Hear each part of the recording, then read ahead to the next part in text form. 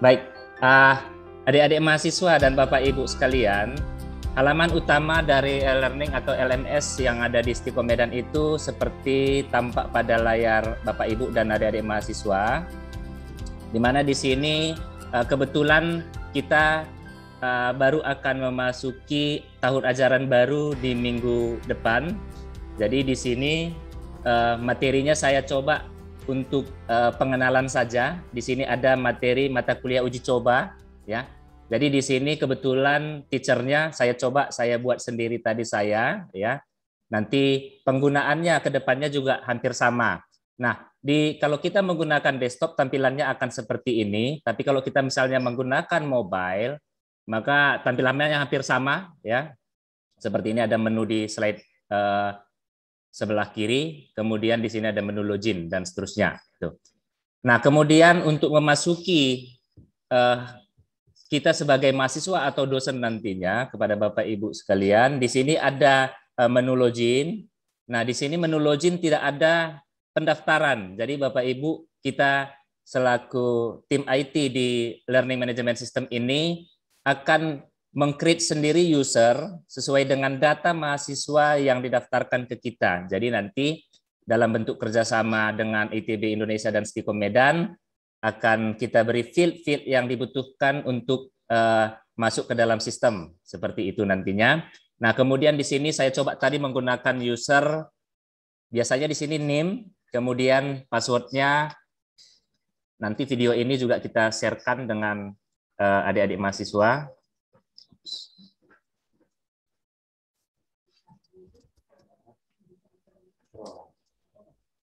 Nah, setelah login, adik-adik mahasiswa nantinya akan menemukan halaman seperti ini. Nah, di sini ada informasi siapa yang login gitu. Ini kebetulan tadi mahasiswanya juga saya buat gitu ya.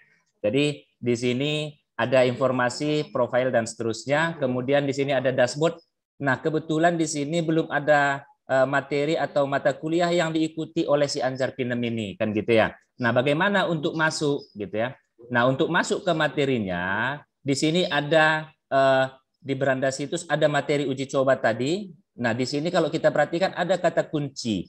Berarti materi ini dikunci oleh dosen yang bersangkutan.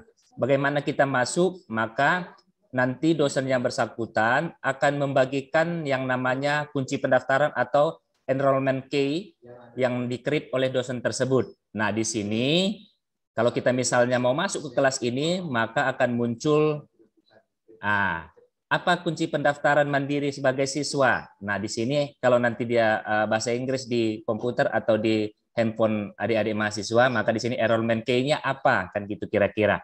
Nah, di sini saya coba tadi menggunakan uji coba enrollment key-nya, maka saya mendaftarkan diri. Ups, ini kapital semua ya. Uji coba. Atau saya lihat dulu contekan saya uji coba atau apa tadi ya. Sebentar ya Bapak Ibu.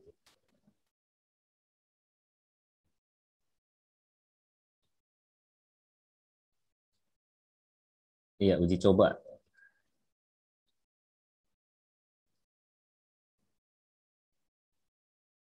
Oke, di sini mahasiswa tadinya sudah terdaftar di kelas ini, maka akan kelihatan materi-materi atau pertemuan-pertemuan topik-topik yang ada di mata kuliah ini. Jadi kalau misalnya nanti ada 5 mata kuliah diikuti oleh satu mahasiswa, maka di sini nanti ada daftar 5 mata kuliah tersebut di paling bawah ini. Itu, di paling bawah ini. Jadi kalau misalnya nanti ada mata kuliah 2 MKK 02 misalnya, maka di bawahnya ada. Nah, di sini kita lagi berada di MKK 01. Jadi di sini peserta pembelajaran siapa saja, ini tadi sebagai pengajar atau teachernya, kemudian yang di bawah ini sebagai siswa atau mahasiswa kan gitu ya. Nah, kemudian di sini nilai-nilai yang telah diberikan oleh dosen pengampunya terhadap mahasiswa tersebut, terhadap mahasiswa yang login ini. Jadi di sini saya sebutkan si Anjar Pinem. Nah, kemudian ini untuk umum ada informasi-informasi umum di sini, kebetulan di sini informasi umumnya saya kosongkan tadinya. Di sini biasanya aturan-aturan atau kontrak kuliah. Seperti misalnya upload RPS dan seterusnya, nanti dosen bersangkutan nantinya akan memasukkannya di sini. Nah, kemudian di sini ada pengantar materi, topik 2, topik 3, topik 4. Nah, ini nanti akan bertambah sesuai dengan pertemuan dari dosennya dengan mahasiswanya, pertemuan perkuliahan dengan dosen dan mahasiswanya.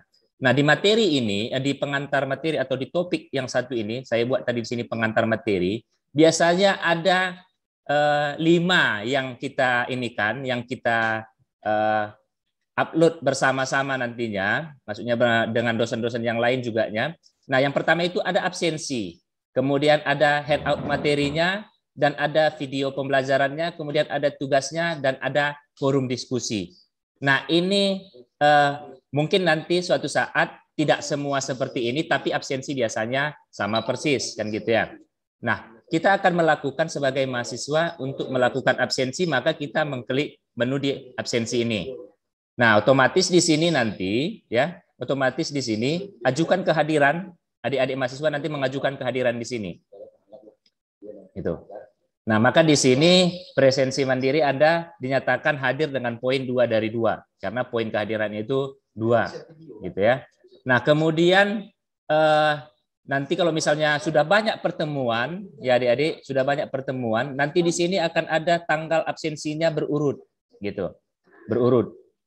Nah, kemudian kembali lagi kita ke materi ini tadi untuk absensinya.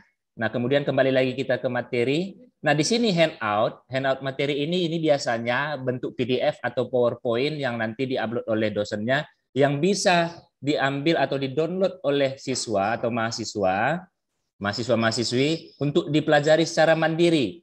Nah, misalnya ini kita tinggal klik saja handout materinya, maka di sini akan muncul materi ini hanya sebagai contoh saja ya, adik-adik mahasiswa. Ini hanya sebagai contoh saja, gitu. Nah, kemudian itu tadi untuk materi handout. Kalau video pembelajaran juga, kalau misalnya adik-adik mau klik langsung video pembelajaran, nantinya akan diarahkan ke video pembelajaran. Misalnya seperti ini, nanti adik-adik bisa menonton langsung di sini. Nah, kadangkala video pembelajaran ini hanya link dari YouTube atau link dari Google Drive yang disampaikan oleh dosennya, maka adik-adik juga bisa masuk ke link tersebut, gitu. Nah, di sini tidak mutlak video itu diupload ke LMS kita, karena mungkin saja ada beberapa video yang besar yang mungkin karena kapasitas upload di dalam e-learning kita ini kita hanya membatasi sampai 128 MB. Jadi kalau melebihi itu kita sarankan kepada dosen yang bersangkutan untuk menggunakan media lain seperti misalnya Google Drive atau langsung ke YouTube dan lain sebagainya. Gitu. Nah, ini tadi untuk video pembelajaran.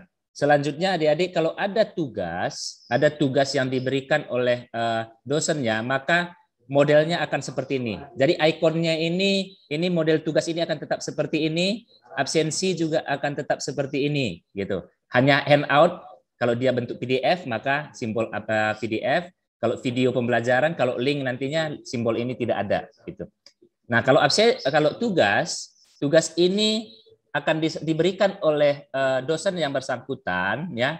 Misalnya kerjakan soal berikut, kemudian upload tugasnya di form upload di bawah. Jadi di sini misalnya dibuatkan oleh dosen yang bersangkutan dalam bentuk PDF sebagai tugasnya, atau hanya saja sebagai atau nanti hanya deskripsi yang disampaikan di sini. Jadi nggak selamanya ada file soal, gitu ya. Mungkin saja nanti ada deskripsi saja disampaikan di sini. Misalnya 5 pertanyaan dibuat di sini atau sebagainya, atau studi kasus yang dibuatkan di sini, gitu. Nanti kita tinggal menjawab menggunakan media lain, misalnya Microsoft Word atau yang lainnya. Di sini ada informasi bagaimana status pengumpulan kita. Di sini belum ada upaya kita untuk mengumpulkan. Kemudian status penilaiannya, di sini belum ada nilai. Nah, ini yang adik-adik harus perhatikan, karena dosen yang bersangkutan mungkin saja memberikan batasan waktu untuk mengumpulkan tugas.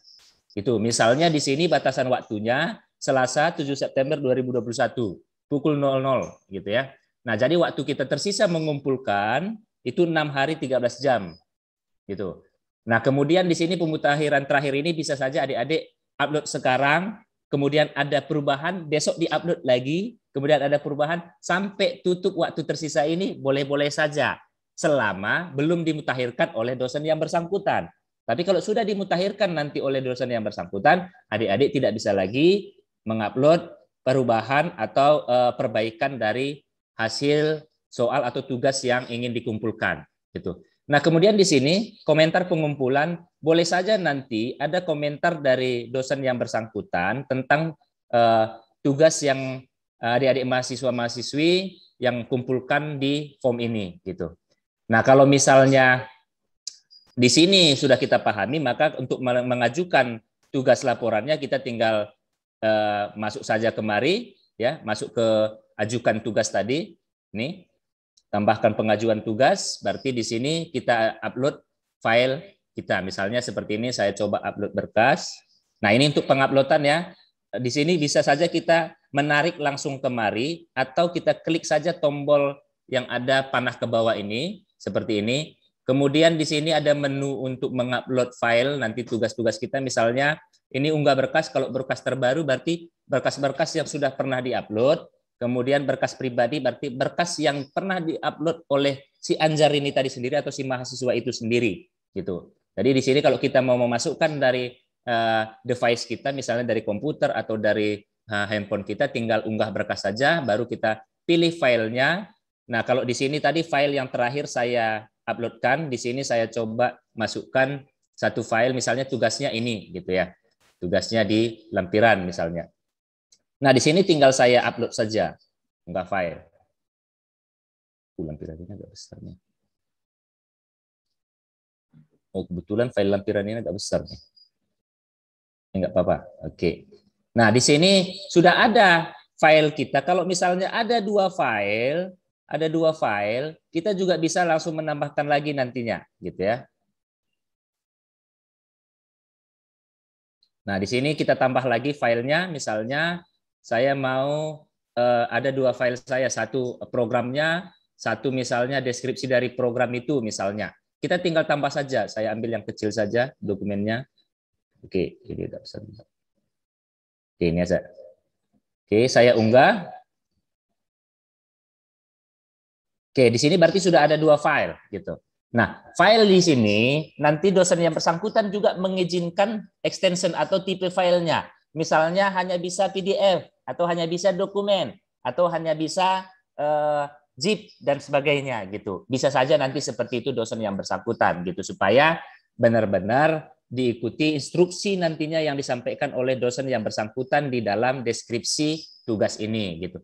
Nah, setelah misalnya kita upload tugas dan jawaban dari tugas-tugas kita tadi, kita tinggal simpan perubahan. Nah, setelah kita simpan perubahan, maka status kita tadi dikumpulkan untuk dinilai. Tadi kan belum ada upaya, di sini sudah dikumpulkan untuk dinilai. Nah, di sini ada pemutakhiran terakhir bahwa Anda melakukan update terakhir adalah pada tanggal ini, gitu. Nah, di sini kalau misalnya tadi ada perubahan, kita bisa edit. Di sini edit pengumpulan tugas. Boleh kita lakukan pengeditan. Sebentar ya, agak lama ini. Nah, di sini bisa kita lakukan pengeditan. Ini boleh juga kita hapus. Misalnya, oh ini saya nggak pengen lampiran ini disampaikan. Misalnya, kita tinggal hapus saja. Oke, misalnya seperti ini, baru kita simpan perubahan. Nah, di sini berarti sudah ada lagi pemutakhirannya pada jam 10.14 gitu. Nah, di sini kalau tidak ada komentar dari dosennya berarti ya berarti nggak ada masalah apa-apa gitu. Kalau ada komentar mungkin saja tolong filenya diperbaiki, ada kesalahan dan seterusnya, mungkin nanti ada komentar di sini gitu. Seperti itu gitu. Nah, ini kita di dalam tugas sudah selesai, kita kembali lagi ke materi kita. Nah, ini tugas sudah selesai. Menyatakan dia sudah selesai kita kerjakan, dia sudah checklist kalau untuk tugas gitu ya. Kalau absensi nantinya ini kan harus diverifikasi, nanti kalau sudah diverifikasi oleh dosen yang bersangkutan maka di sini akan di checklist gitu. Jadi semua statusnya ini sudah ada gitu ya. Nah, kemudian di sini ada forum diskusi. Forum diskusi ini apa?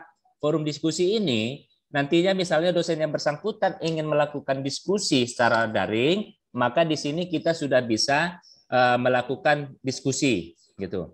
Nah, contohnya misalnya di sini ada tadi topik 1 saya buatkan. Nah, di sini ada topiknya bagaimana pendapat Anda tentang pembelajaran jarak jauh. Nah, di sini kita tinggal menanggapi saja sebagai mahasiswa, kita tinggal tanggapi saja bagaimana pendapat kita gitu. Misalnya sangat bagus misalnya seperti itu. Nah, di sini tinggal kita simpan. Nanti dosen yang bersangkutan bisa lagi menanggapi atau yang lain-lainnya. Nah, kalau misalnya kita ada salah nih, oh saya salah ketik nih, kita boleh lagi mengedit. Nah, kita boleh lagi lakukan pengeditan. Nah, di dalam pesan ini boleh kita lampirkan gambar, boleh. Nah, di sini ada lampirkan gambar, ada lampirkan video, bisa lampirkan rekam video, bisa juga rekam video di sini. Audio dan video bisa kita rekam di sini, gitu. Atau misalnya ini icon pastenya, ini kelola berkas, kemudian ini ada balik-balik dan seterusnya. Saya rasa ini sudah terbiasa juga kita di Microsoft Word, hampir sama, ya. Ini untuk link, misalnya ini linknya kita buat seperti ini, misalnya linknya ke e-learning misalnya. .ac.id, kita buka jendela baru. Misalnya seperti ini. Jadi nanti Pak, deskripsi topik ini ada di link berikut, gitu kan? Kita tinggal buatkan linknya seperti ini, boleh gitu. Atau penjelasan tentang topik ini ada di sini, gitu. Boleh juga kita sampaikan seperti itu, gitu ya. Nah, setelah selesai kita lakukan pengeditan, kalau misalnya ada file untuk kita lampirkan di dalam forum diskusi, sama halnya kita bisa juga lampirkan seperti yang tadi, ya. Saya upload saja dari berkas terbaru saja. Kita coba dari berkas terbaru. Ini tadi yang terbaru. Saya pilih filenya. Nah, di sini seperti itu. Nah, kemudian kita simpan. Oke, berarti di sini ada perbaikan kita. Di sini ada perbaikan. Nah, ini nantinya untuk tanggapan yang dosen berikan tadi sebagai topik diskusinya. Nah, seperti itu saja saya rasa untuk media pembelajaran kita. Kalau misalnya nanti ada dibuatkan media, misalnya Zoom meeting dan seterusnya, mungkin saja di video pembelajaran ini akan dibuatkan link untuk Zoom meetingnya, atau misalnya menggunakan Teams dan lain-lainnya. Big Globe atau apa nanti boleh ya.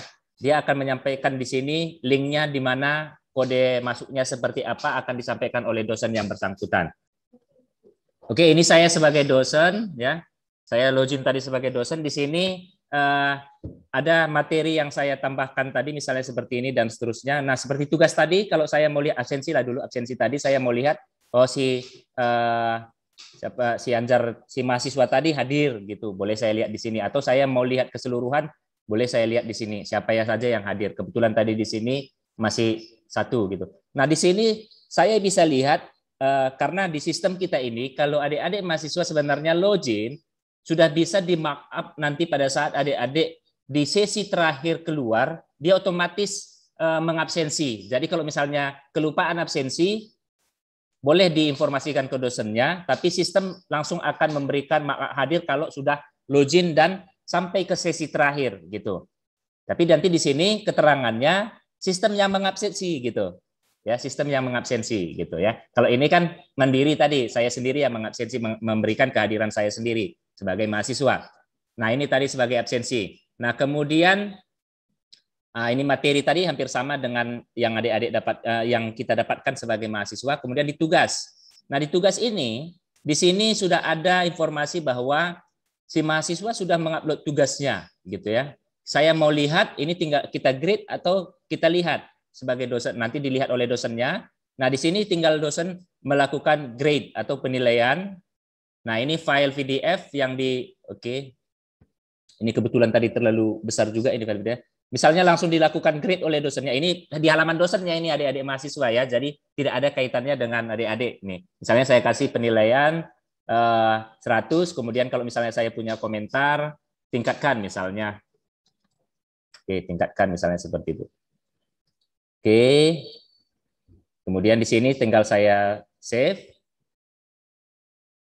Oke, berarti ini karena video PDF-nya tadi terlalu besar. Oke. Nah, di sini nantinya grade-nya ini sudah masuk ke halaman mahasiswa. Nah, selanjutnya saya akan coba menambahkan bagaimana karena di e-learning kita ini juga bisa online langsung. Saya coba tambahkan, ini agak lambat. Saya coba tambahkan satu media pembelajaran secara online, ya. Saya tambahkan activity-nya. Oke.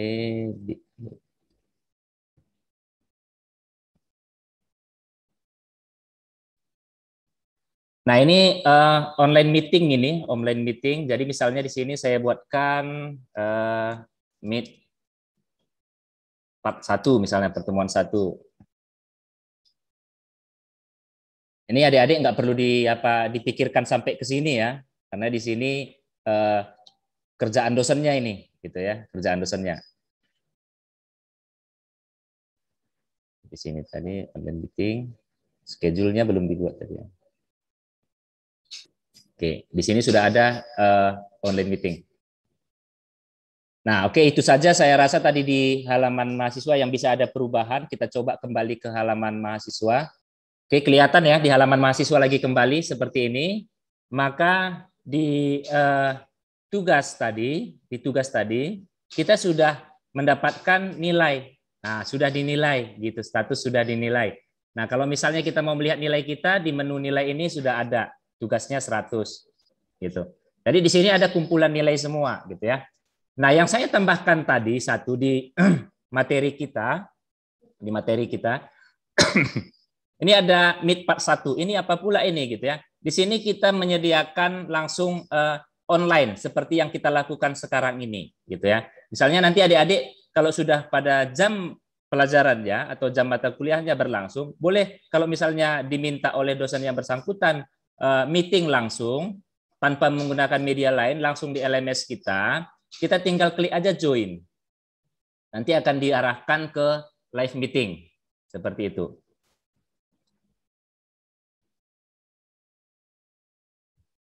Ya, seperti ini nantinya ya. Seperti ini nantinya nanti akan di-sharekan oleh nanti peserta atau ya, peserta kita nanti muncul di sini, peserta sebagai mahasiswa. Kemudian kita boleh juga lakukan chatting kalau ada pertanyaan dan seterusnya. Kalau misalnya perangkatnya bermasalah, boleh diinformasikan di sini. Nah, di sini nanti materi yang disampaikan oleh dosen yang bersangkutan. Ini sebagai contoh saja, gitu ya. Jadi di LMS kita sudah bisa langsung juga melakukan Zoom meeting di sini, ya. Zoom meeting langsung melalui LMS kita, gitu. Nah, itu tambahan tadinya yang belum sempat saya uploadkan, gitu ya, yang belum sempat tadi saya demokan. Nah, itu saya rasa kemudian kebetulan LMS kita ini sudah terintegrasi dengan Sepada, ya, terintegrasi dengan Sepada. Jadi nanti kalau adik-adik misalnya sudah kita daftarkan NIM-nya dan sudah memang yang sudah terdaftar di Kemendikbud ya sekarang ya, sudah terdaftar di Kemendikbud yang namanya PDDikti, maka tinggal kita masukkan NIM kita. Nanti ada form pendaftaran ini, kebetulan NIM ini tidak terdaftar pula di apa, saya coba-coba aja tadi akun ini. Nanti ada informasi di home kita ada informasi daftarkan ke Sepada gitu, tinggal masukkan NIM dan seterusnya. Nanti adik-adik mahasiswa bisa juga mengambil materi dari Sepada Indonesia gitu. Jadi tidak hanya sebatas dari LMS yang ada di Stikom-Medan gitu ya. Jadi ada di Sepada Indonesia itu. Jadi Sepada Indonesia itu seperti ini.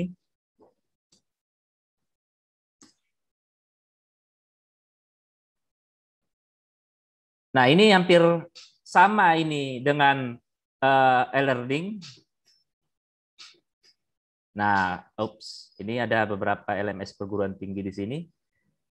Jadi kalau sudah mendaftar nanti adik-adik ke Sepada ini melalui LMS kita, adik-adik misalnya saya pengen materi dari kampus USU misalnya, boleh saja gitu. Kalau misalnya dosen yang bersangkutan di USU itu memberikan akses, tapi kebanyakan yang sudah masuk Sepada ini memberikan akses kepada mahasiswa-mahasiswa lain yang terintegrasi dengan Sepada ini, gitu ya. Jadi banyak bisa materi-materi kita dapatkan dari luar. Nah, salah satu ada, nah itu tadi. Bentar ya, biar saya tunjukkan kepada kita di sini terdaftar. Ah, yang ini Sepada kita sudah terdaftar di sini, ya. Sepada kita sudah terdaftar di sini, gitu. Jadi nantinya adik-adik dengan LMS perguruan tinggi lain juga sudah bisa, gitu. Nanti begitu adik-adik login karena NIM-nya sudah ada, nantinya ini kebetulan tadi NIM-nya kebetulan yang bukan terdaftar di Dikti saya buatkan, karena kalau yang terdaftar di Dikti sudah mahasiswa kita itu sudah pasti mendaftar di Sepada juga, gitu ya. Nanti otomatis di dalam halaman beranda ini di beranda di sini otomatis nanti adik-adik gabung ke Sepada gitu nantinya, masukkan NIM kemudian masukkan password Sepada adik-adik nantinya gitu. Jadi otomatis nanti ada di sini menu untuk gabung ke Sepada gitu ya. Jadi sangat-sangat mudah sekali nantinya untuk memasuki ke Sepada. Sepada itu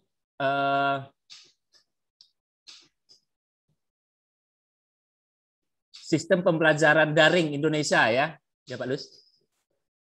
Yang dimana semua learning management system yang diizinkan untuk berintegrasi dengan Sepada ini bisa kita lakukan interaksi di dalamnya, gitulah dia. Makanya pertukaran dari materi-materi bisa kita lakukan, gitu. Baik dari UI, yang jelas sudah terdaftar di LMS yang memang sudah diintegrasikan dengan Sepada itu sendiri, gitu. Jadi tidak semua perguruan tinggi juga belum masuk, gitu ya. Jadi ada beberapa kriteria yang diizinkan masuk ke Sepada ini. Misalnya memenuhi materi-materi tersebut setelah dilihat atau direview oleh tim Sepadanya gitu dan seterusnya gitu ya. Jadi kebetulan kita kemarin juga sudah terintegrasi dengan Sepada. Jadi adik-adik mahasiswa yang bergabung di LMS kita sudah bisa belajar tambahan dari kampus lain melalui learning management system-nya gitu ya. Nah, saya rasa itu saja yang mungkin kalau misalnya adik-adik nanti diminta dosennya coba buatkan foto profilnya. Di sini ada profil bisa adik-adik ubah ya. Yang bisa diubah ya adik-adik ya. Jadi kalau yang tidak bisa diubah ya jangan dirubah. Kalau sudah dikunci yang lainnya jangan dirubah gitu. Jadi di sini bisa kita rubah apa ini untuk fotonya boleh kita upload di sini fotonya. Oke, saya coba ambilkan foto baru di sini. Saya coba ini saja dulu. Atau ini Istiqom. Oke. Kemudian kita lakukan perubahan. Nah, di sini kalau yang tidak bisa dirubah akan dilarang oleh sistem nantinya. Nah, di sini fotonya sudah ada gitu ya. Foto profilnya sudah ada. Nah, kemudian dosen nanti bisa melihat atau kita sebagai tim IT nanti bisa melihat mahasiswa itu aktifnya di e-learning itu seperti apa sih? Boleh kita lihat nantinya gitu. Karena ada log sistemnya, ada ngapain aja sih mahasiswa, berinteraksinya berapa jam sih dalam seminggu gitu, ada di log sistemnya kita gitu. Jadi kalau misalnya adik-adik juga di sini bisa melihat siapa-siapa saja nanti online ini. Ini kebetulan hanya satu tadi yang online. Jadi adik-adik kalau kawan-kawannya bisa juga melihat di sini. Oh, ini sedang online, bisa lakukan chatting juga dengan kawan-kawannya dari sini. Gitu. Jadi siapa-siapa aja di kelas ini boleh dilakukan chatting dengan kawan-kawannya di sini.